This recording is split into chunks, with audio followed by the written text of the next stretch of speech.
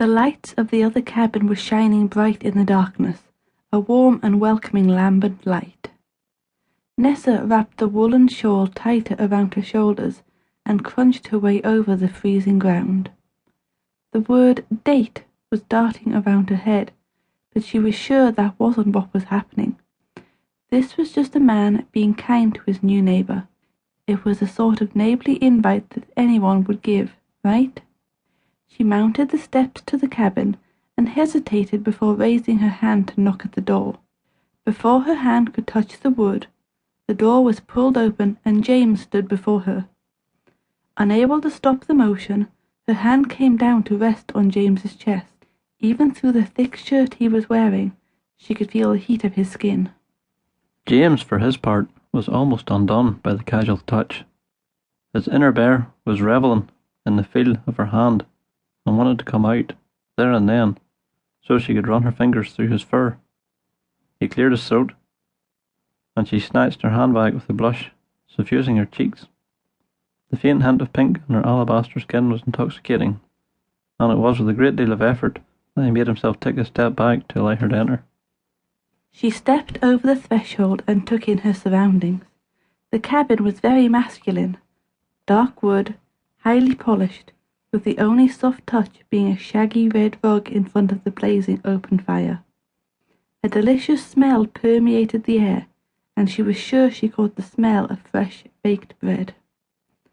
The furniture was plain and undecorated. The fire burned bright on the hearth, and the table in the corner was set with two places. A candle burned in an elaborately carved white bowl. "You have a lovely home," Nessa said honestly. "Thank you," James said, and disappeared in the direction of what must be the kitchen. "Make yourself comfortable." She moved to the hearth and stretched out her hands to the heat, letting her shawl hang loosely. The flames burned high and bright, and the coal beneath burned red hot. It certainly beat sitting alone in a cold cabin. Above the fire was a mantel that looked to have been carved out of one piece of wood. It was silky and incredibly smooth to her curious touch. There were two carved plates at either end, one white, the other stained red. They, like the wood, were smooth under her fingers. "You like them?" James asked from behind her. And she started. She hadn't heard him, but now he was close to her, close enough so that she could feel the tickle of his breath on the nape of her neck. She wanted to lean back against his chest and listen to his heartbeat. He wasn't classically handsome, he wasn't her usual type, but there was something magnetic about his storm grey eyes and his shaggy brown hair. There was something about him that meant she hadn't been able to get his face out of her head since they had parted.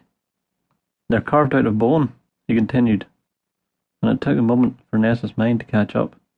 "There's plenty out there in the forest to use." "You made these yourself?" "It passes the cold nights." "A man of many talents." "I hope you find my cooking as appealing as my carving." She turned around to face him and found him watching her with a soft look in his eyes. He was so close to her that she could have stretched up to kiss him. "The food needs just a few more minutes," he said. "Can I get you a drink?" "What do you have?" What he turned out to have was a sweet wine that slid down her throat like warm honey and tingled on her tongue and in her veins, even with the first glass. She leaned back in the chair at the table and sighed in contentment.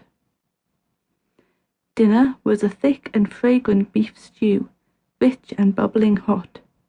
The meat dissolved tenderly in her mouth, and the vegetables and potatoes were done to perfection. The bread was freshly baked, especially for her, she was told, and was just what bread should be. They didn't converse much over the stew. Nessa was too interested in the treat of having a meal specially made for her. Back in the city, she lived on takeaways and ready meals, and rarely took the time to make something from scratch.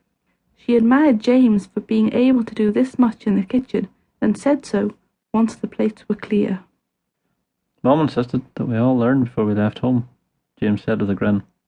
"It's just something that I've kept up, living out here. You have a lot of time in your hands, so it passes quicker if you keep your hands busy." "A man of many talents, carving and cooking," she said flirtily.